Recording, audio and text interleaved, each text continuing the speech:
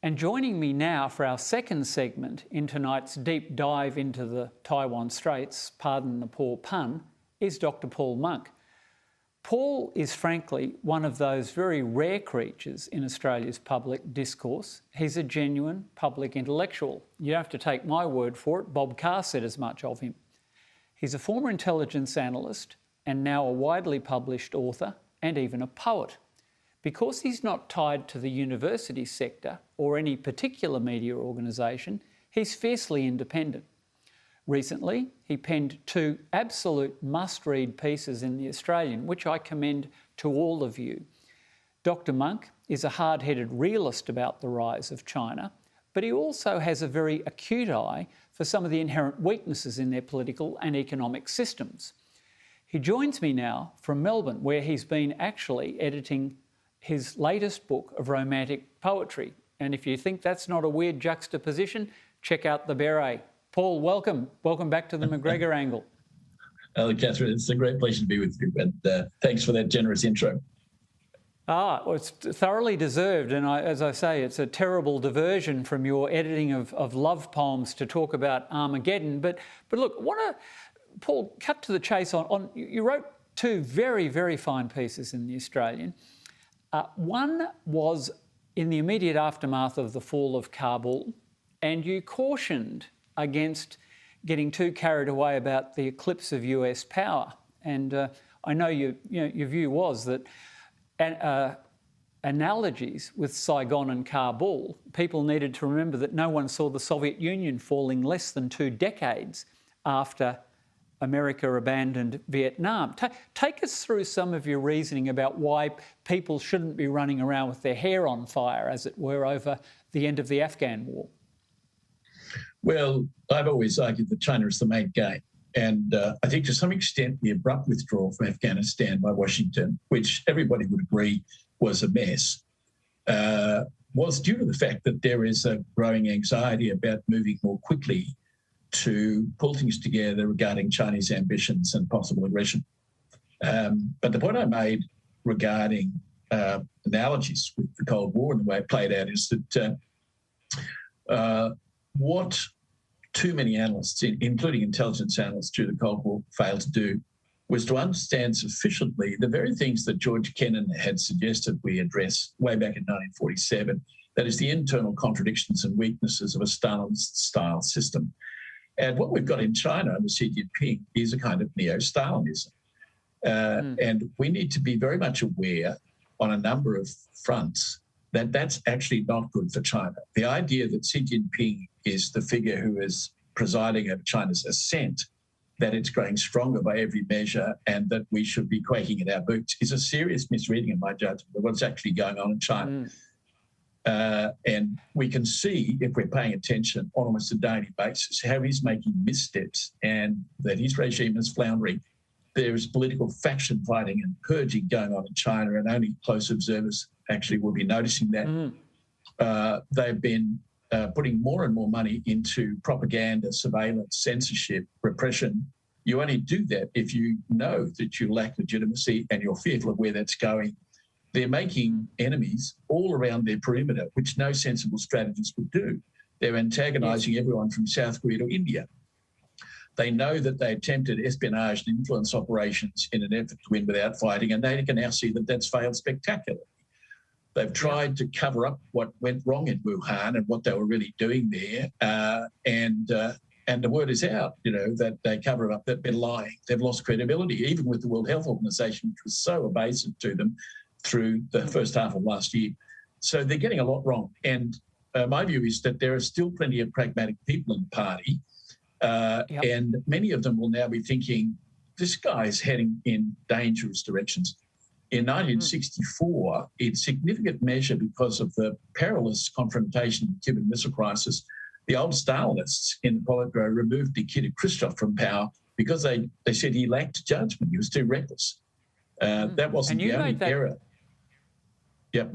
And you made that was the analogy, and you also invoked some fine work by former British diplomat Roger Garside.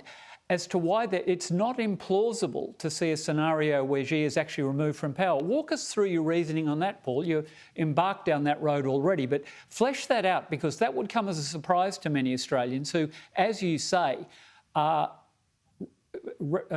sort of in despair about what is the perceived inevitability of war and the fact that China is almost invincible. Take us through Xi's fault lines in his immediate circle of power and why he may actually be removed. Well, first of all, there's clearly, and the evidence for this is growing on a daily basis, there's clearly a major power struggle going on within the Communist Party between Xi Jinping's cronies and the old party elite who were really proteges of Jiang Zemin. When Jiang Zemin handed over power under Deng's system of collegiality, the Hu Jintang Wen Jiabao, he remained in the shadows as a powerful figure.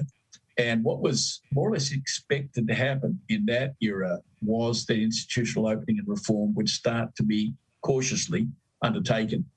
But those guys balked at it because it began to look all too difficult. And when Xi Jinping came in, as we all know, he backtracked on that reform. He went in the opposite direction. That's causing rising tensions within the party.